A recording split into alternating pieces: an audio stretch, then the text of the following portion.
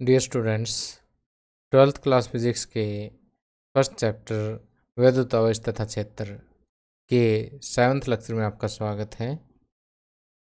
इससे पहले 6th lecture में हमने बहुल आवेशों के बीच बल इस टॉपिक के अंतर्गत आवेशों के अध्यारोपण का सिद्धांत हमने पढ़ लिया था और इस पर आधारित हमने 2 संख्यात्मक प्रश्नों को भी हल किया।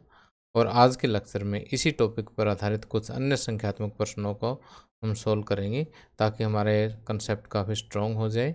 और इन क्वेश्चंस को सोल्व करने से न सिर्फ ये कंसेप्ट हमारा स्ट्रॉन्ग होगा बल्कि इससे पहले जो हमने कंसेप्ट किए थे जिन पर आधारित न्यूमेरिकल्स है वो सारे कंसेप्ट का रिवीजन भी होगा। और ये क्वेश्चन जैसे हम सोल्व करेंगे तो साथ में जो है आगे के जो हमारे न्यूमेरिकल्स हैं, आगे टॉपिक्स पर जो न्यूमेरिकल्स हैं उनको सोल्व करने में भी ये क्वेश्चन हमारी मदद करेंगे। तो आइए शुरुआत करते हैं। तो सबसे पहले हम एक सिंपल न्यूमेरिकल ले लेते हैं। इस न्यूमेरिकल को शुरू करने से पहले एक छोटी सी रिक्वेस्ट है कि इस वीडियो को ज़रूर लाइक करें और अपने दोस्तों के साथ शेयर करें।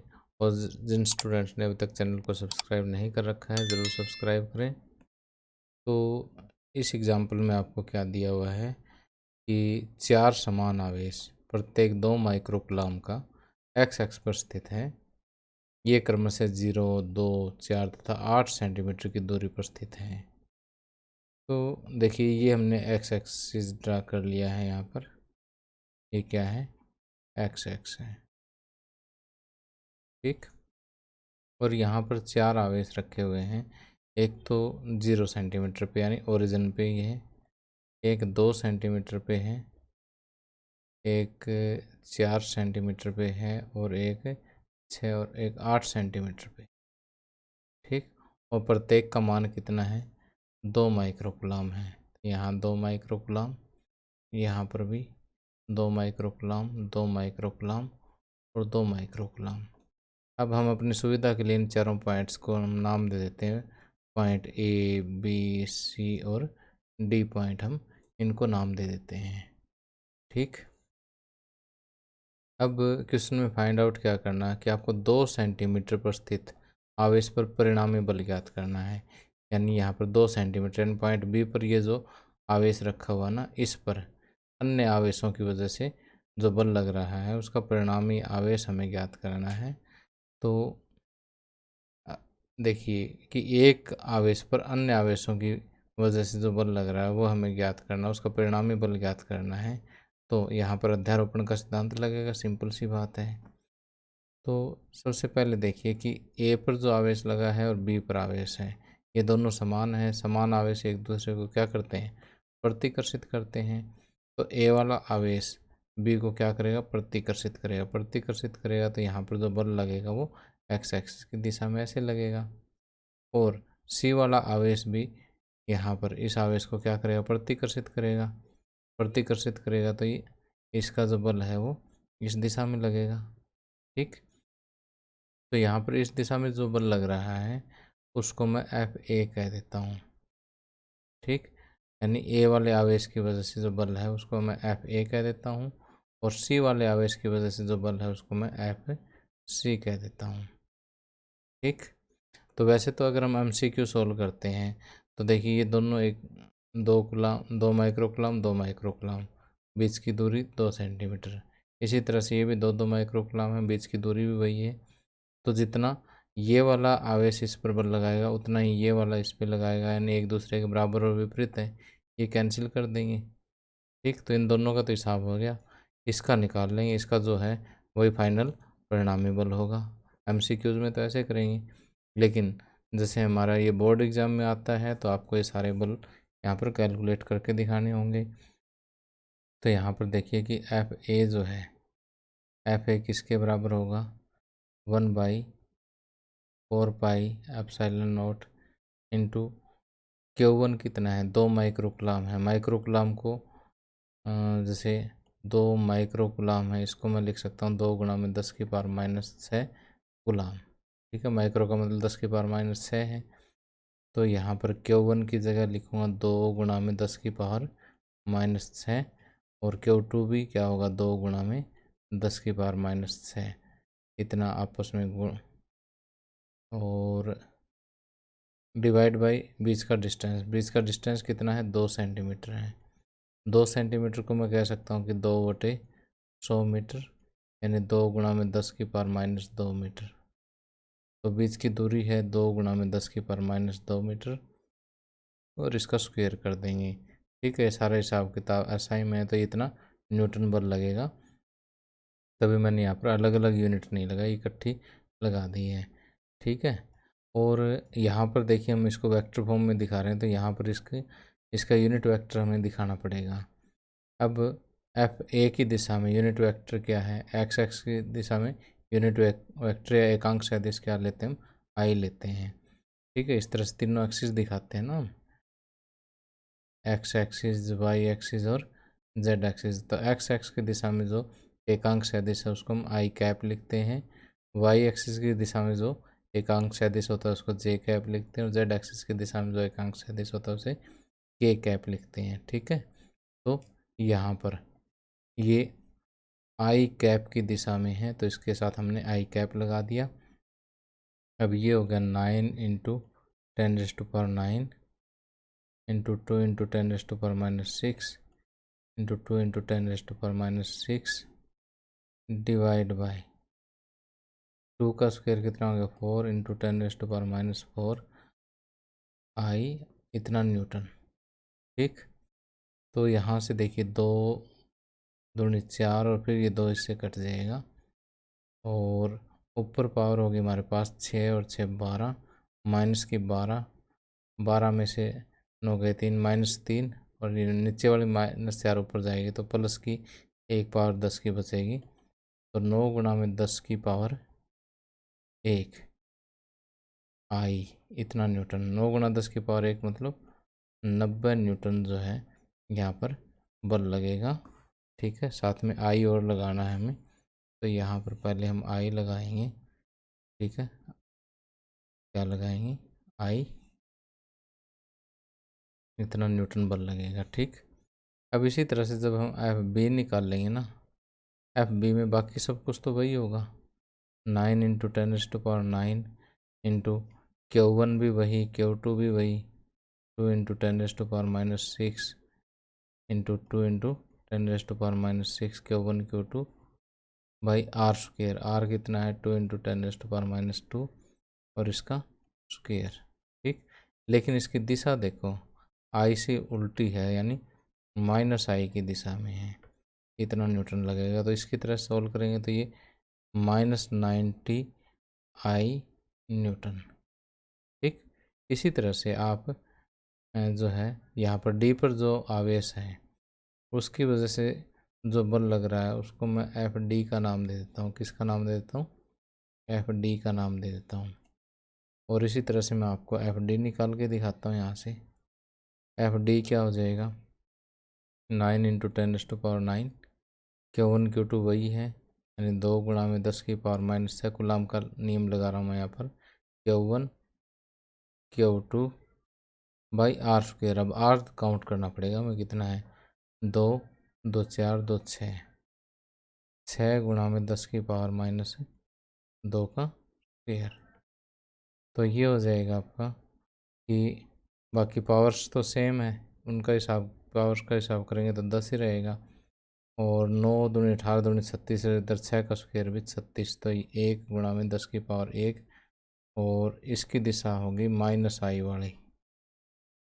ठीक, क्योंकि ये भी रिपल्सिव फोर्स होगा, तो -1 गुणा में 10 की पावर 1 आई न्यूटन, यानी -10 आई न्यूटन, ये आ गया। अब जो कुल बल है इसके ऊपर, एक बार यहाँ पर मैं जगह खाली कर लेता हूँ। अब अध्यारोपण का सिद्धांत हम लगा देते हैं। ठीक है, तो अध्यारोपण का सिद्धांत जब आप लगाओगे ना, तो यहाँ पर एफ परिणामी जो बल है वो किसके बराबर होगा, वो F A plus F C plus F D के बराबर। ठीक, एफ ए कितना है, 90 आई, एफ सी कितना है, एफ सी है -90 आई, और एफ डी कितना है -10i। ठीक, ये आपस में कैंसिल, -10i के बराबर हो जाएगा। ठीक है, अब आगे दूसरा क्वेश्चन लेते हैं हम। कहता है 4 समान आवेश प्रत्येक क्यू मान का ए भुजा वाले वर्ग के चारों कोनों पर स्थित हैं। यानी यहाँ पर आपको ये जो वर्ग दिखाई दे रहा है इसकी भुजा कितनी है, ए है, और इसके प्रत्येक कॉर्नर पर हमने क्या रख दिया, एक एक एक आवेश रख दिया जिसमें प्रत्येक का मान क्या है, क्यू है। ठीक, अब ये कहता है कि प्रत्येक आवेश पर अन्य आवेशों की वजह से जो बल लग रहे हैं उनका परिणामी बल जो आपको ज्ञात करना है। ठीक है, तो इन पॉइंट्स को मैं नाम दे देता हूँ। जैसे इसको मैंने पॉइंट ए नाम दे दिया, इसको पॉइंट बी, इसको पॉइंट सी और इसको पॉइंट डी। ठीक, तो यहाँ पर इस पॉइंट पर जो बल लगेगा ए के कारण उसे मैं नाम देता हूँ एफ ए। क्या नाम दे देता हूँ, एफ ए। और सी की वजह से जो बल लग रहा है उसको मैं नाम दे देता हूँ एफ सी। ठीक, अब यहाँ से देखिए कि एफ ए यानी ए पर जो आवेश है वो भी क्यू है, सी पे आवेश है वो भी क्यू है। ठीक है, और ए और बी के बीच की दूरी भी ए है और बी और सी के बीच की दूरी भी ए है। तो देखिए समान आवेश है, समान दूरी है, मीन्स कि बल का परिणाम भी क्या होगा, समान होगा। यानी एफ ए का जो मैग्नीट्यूड है वो किसके बराबर होगा, एफ सी के मैग्नीट्यूड के बराबर होगा। ठीक, और जो किसके बराबर होगा, 1/4πε0, जिसको हम स्मॉल के भी कह सकते हैं, Q1 Q2 यानी Q square by R square means की ए स्क्वेयर। ठीक है, अब यहाँ पर इन दोनों का जो परिणामी बल है उस वो ज्ञात करने के लिए हम क्या करते हैं, समांतर चतुर्भुज सदिशों का समांतर चतुर्भुज नियम लगाते हैं। यहाँ पर समांतर चतुर्भुज कंप्लीट की और इसका ये जो विकर्ण है वो इन दोनों का परिणामी सदिश होगा। ठीक, इन दोनों का जो परिणामी सदिश है या परिणामी बल जो है उसको मैं एफ डैश का नाम दे देता हूँ। इसका नाम दे देता हूँ एफ डैश का नाम दे देता हूँ।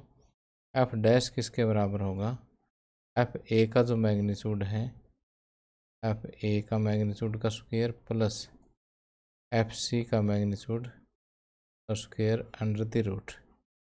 ठीक, अब देखिए ये बात अगर किसी को समझ ना आई हो ना तो मैं यहाँ पर आपको समझाता हूँ कि जैसे मान लेते हैं कि मेरे पास ये दो सदिश है ए और बी। ठीक, इन दोनों के बीच का कोण क्या है, थीटा है। तो इन दोनों का जो परिणामी सदिश है वो कैसे निकालते हैं, ये समांतर चतुर्भुज कंप्लीट कर लो और समांतर चतुर्भुज का ये जो विकर्ण है वो ए और बी का परिणाम होता है। ठीक है, यही हमने किया कि ये एक सदिश हो गया, दूसरा सदिश हो गया, क्योंकि बल एक सदिश राशि है ना, इसलिए। तो ये एक सदिश, ये दूसरा सदिश, इनका परिणाम ये विकर्ण हो गया। ठीक, अब ये विकर्ण किसके बराबर होता है कि R इज इक्वल टू पहले का मैग्नीट्यूड प्लस दूसरे का magnitude plus 2AB cos theta. Theta क्या है, इन दोनों के बीच का जो कोण है, दोनों सदिशों के बीच का कोण, और इसका स्क्वायर रूट। ये फार्मूला है हमारे पास। तो यहाँ पर देखिए कि ये जो कोण है कितने डिग्री का, 90 डिग्री का है। कोस 90 की वैल्यू 0 होती है, कोस 90 की वैल्यू 0 है, तो ये सारा कुछ 0, A square plus B square. तो यहाँ पर F A square plus F C square, A का मतलब ये, बी का मतलब ये, F A square plus F C square. इस तरह से हमने पैरेललोग्राम लॉ लगा दिया, समांतर चतुर्भुज नियम लगा दिए यहाँ पर। ठीक है, अब देखिए कि यहाँ पर एफ ए की वैल्यू क्या है, 1/4πε0 Q square by A square. 1/4πε0 को मैं अपनी सुविधा के लिए यहाँ पर स्मॉल के लिख देते हैं। ठीक है, Q square by A square, और फिर इसका पूरे का स्क्वायर है, तो मैं यहाँ पर पूरे का स्क्वायर लिख देता हूँ। इसी तरह से एफ सी जो है के Q square by A square और फिर इसका पूरे का स्क्वायर अंडर द रूट।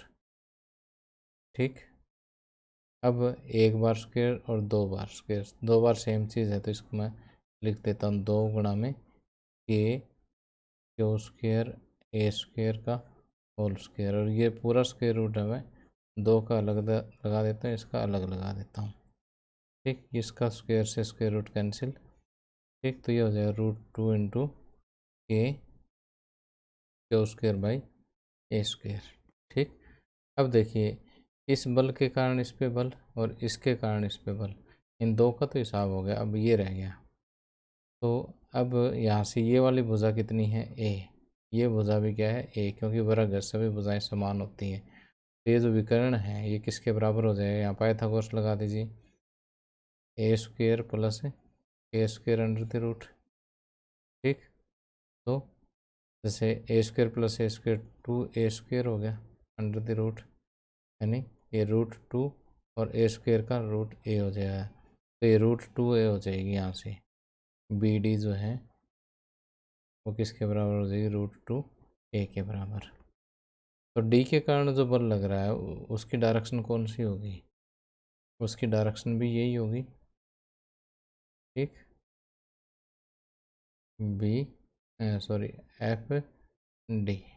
ठीक है, तो एफ डी जो है वो हम क्या कैसे फाइंड आउट करें, यहाँ पर एफ डी जो है 1/4πε0 या के इंटू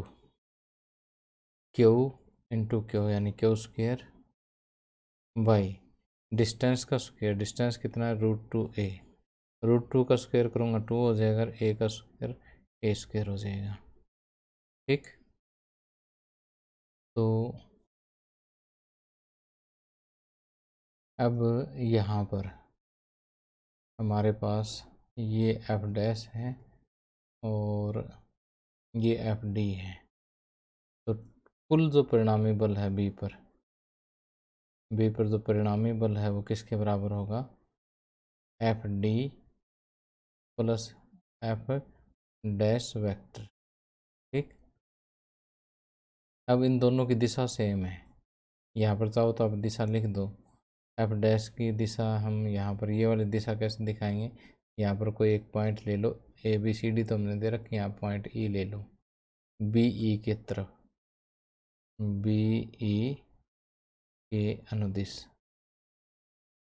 ठीक, और ये चीज़ हम यहाँ पर लिख देते हैं बी ई के अनुदिश। ठीक, तो अब एफ डी कितना है, के Q square by 2a square plus F dash क्या है √2 के into Q square by A square. अब यहाँ से जो कॉमन आएगा वो देखिए क्या आ जाएगा, K Q square by A square common आ गया और ये बचेगा 1/2 प्लस √2। इतना न्यूटन जो है बल हमारा यहाँ पर लगेगा। ठीक, और किस दिशा में लगेगा, बी ई के अनुदिश, बी ई के अनुदिश। ठीक, और यहाँ पर क्योंकि गुलाम नहीं दे रखा तो यहाँ न्यूटन के बजाय इतने मात्रक लिख देना बस यहाँ पर। ठीक है, यहाँ पर ये लोगों के नीचे इमेज आ गई थी, इसलिए आप इसे दोबारा नोट करना चाहो तो कर सकते हो। अब देखिए कि इसी टाइप के और भी क्वेश्चन मैंने आपको नोट्स में दे रखे हैं, तो समय बचाने के लिए मैं नोट्स में से फटाफट करवा देता हूँ। यहाँ पर कहता है कि 4 माइक्रोकूलम के अनंत आवेश एक्स एक्स पर क्रम से 1 मीटर 2 मीटर 4 मीटर 8 मीटर पर रखे हुए हैं। इन आवेशों के कारण मूल बिंदु पर रखे 1 कूलम आवेश पर बल ज्ञात कीजिए। अब देखिए कि ये मूल बिंदु है, मूल बिंदु पर हमने टेस्ट चार्ज Q0 रखा हुआ जो किसके बराबर है, 1 कूलम के बराबर है। ठीक, ये चीज़ तो हमने यहाँ रख दी। अब उसके बाद जो है 1 मीटर पर हमने पहला आवेश रखा 4 माइक्रोकूलम का, आगे 4 माइक्रोकूलम के हैं सारे। ठीक है, फिर दूसरा रखा Q2 4 माइक्रोकूलम, फिर Q3 ये भी 4 माइक्रोकूलम, इसी तरह से अनंत तक रखते गए। ये कहाँ तक है, टू इन्फिनिटी है। ठीक है, तो अब इनकी दूरी भी देखिए, पहले दूरी कितनी है 1 मीटर, फिर है 2 मीटर, फिर है आगे टोटल 4 मीटर, फिर है 8 मीटर। इस तरह से जो है दूरी बढ़ती जा रही है। तो Q0 पर जो परिणामी बल है वो किसके बराबर होगा? पहले के कारण जो बल है उसको हमने F1 का नाम दे दिया, दूसरे के कारण जो बल है उसका F2 का नाम, इसी तरह से F3, F4 up to F infinity. ठीक, तो अगर यहाँ पर हम कूलाम का नियम लगाएं, कूलाम का नियम लगाएंगे तो F1 क्या है कि Q into Q0/R1² into -I vector का मतलब क्या है कि हमने देखो ये x की दिशा ये वाले ली है, ये क्या है x की दिशा है। ठीक है, और x की दिशा में जो एकांक सदिश होता है वो I होता है, लेकिन सारे जो फोर्सेस है वो इससे उल्टे लग रहे हैं, विपरीत दिशा में लग रहे हैं, तो ये -I आ जाएगा। तो इस तरह से हमने सभी के अंदर क्या लगा दिया, कूलाम का नियम कि 1/4πε0 लिखो या छोटा k लिख दो, एक ही बात है। Q1 Q2/R², पहले आवेश का डिस्टेंस R1, फिर दूसरे का R2 का स्क्वायर, फिर तीसरे का R3 का स्क्वायर, इसी तरह से इन्फिनिटी तक। अब यहाँ से कॉमन देखिए Q0 आ गया, Q इंटू Q0 आ गया, अंदर बच गया हमारे पास 1/R1² plus 1/R2² plus 1/R3² and so on up to infinity, और साथ में एकांक सदिश। अब Q की वैल्यू 9 इंटू 10⁻⁹ और Q की वैल्यू 4 इंटू 10⁻⁻⁶, और Q0 जो है वो 1। ठीक है, एक कूलाम का ही आवेश है। अब R1 कितना है 1, R2 4, R3 16, इस तरह से रखें। तो अब देखिए कि ये हमारे पास जो ये सीरीज़ जो आई है ना, 1 + 1/4 + 1/16 and so on up to infinity, तो ये एक जीपी है। ये मैथमेटिक्स में एक कॉन्सेप्ट आता है ज्योमेट्रिक प्रोग्रेशन। जैसे आपने 10th क्लास के मैथ में एपी पढ़ी है ना, उसमें अंतर बराबर होता है, जैसे 2 + 3 5 + 3 8 + 3 11, जैसे यहाँ अंतर बराबर होता है ना, यहाँ पर मतलब कहने का मतलब यहाँ पर बराबर अंक हम जोड़ जोड़ के आगे सीरीज को बढ़ाते हैं, यहाँ किसी फिक्स संख्या से गुणा करके बढ़ाते हैं। जैसे यहाँ 1/2 से गुणा करते जा रहे हैं, 1/2 से या सॉरी 1/4 से गुणा करते जा रहे हैं। पहले को 1/4 से गुणा किया, एक को 1/4 से 1/4 आ गया, फिर 1/4 को 1/4 से करेंगे 1/16, फिर आगे 1/4 से गुणा करेंगे। तो यहाँ पर ये जो गुणांक है ना, जिससे हम गुणा करके सीरीज को आगे बढ़ा रहे होते हैं, इसको हम बोलते हैं कॉमन रेशियो। ठीक है, क्या बोलते हैं? कॉमन रेशियो, सारव अनुपात बोलते हैं इसको। ठीक, अब इस तरह की सीरीज को जोड़ने का जो सूत्र है वह है हमारे पास पहला पद बटे में 1 माइनस सारव अंतर, ये एस इन्फिनिटीज। अगर ये आर जो है इसका मैग्नीट्यूड 1 से कम है तो ये फार्मूला लगेगा। अगर ये 1 से ज़्यादा बढ़ा दिया, मान लिया आप 2 से गुणा करके बढ़ा रहे हो, तो फार्मूला कामयाब नहीं है। ठीक है, तो यहाँ पर आर हमारे पास 1 से छोटा ही है, कोई चक्कर नहीं है, ये फार्मूला लगा दें। अब ये फार्मूला लगा देंगे तो पहला पद क्या हमारे पास 1 माइनस आर कितना 1/4। ठीक है, 4 एकम 4 - 1 3/4 आ गया, 1/3/4, इसको पलटी मरवा दो 4/3। ठीक है, तो इसकी जगह हम 4/3 रख देंगे, बाकी हमारा काम सेम चलता रहेगा ये। ठीक है, ये देखो 4/3 रख के इसको हमने सोल्व कर दिया और ये आंसर आ गया। क्लियर? और इसी तरह से आगे हमारे पास एक क्वेश्चन है, यहाँ पर जो है एक आपको वर्ग दिया हुआ है, इस वर्ग के सिरों पर हमने क्या रख दिए, अलग अलग आवेश रख दिए, कितने कितने आवेश रखे वो दिए हुए हैं। ठीक है, इस वर्ग की भुजा दे रखी है 10 सेंटीमीटर है। ठीक, वर्ग के केंद्र पर हमने एक माइक्रो कूलाम का आवेश रख दिया और उस पर हमें बल लगाना है, परिणामी बल ज्ञात करना है। तो देखिए इस तरह से हम ए पर रखे आवेश के कारण बल निकालेंगे, बी पर, सी पर, डी पर, सारे बल निकाल के कूलाम का नियम लगा करके सभी को जोड़ देंगे। ठीक है, और फिर जो उत्तर आएगा उसको हम लिख देंगे। ठीक है, तो इसको भी आप नोट्स में से आसानी से कर सकते हैं। तो प्यारे बच्चों, उम्मीद करता हूँ कि आपको मेरा लेक्चर पसंद आया होगा, और जिन बच्चों को पसंद आया हो इसे लाइक ज़रूर करें, शेयर करें, सब्सक्राइब करें। Thank you, have a nice day.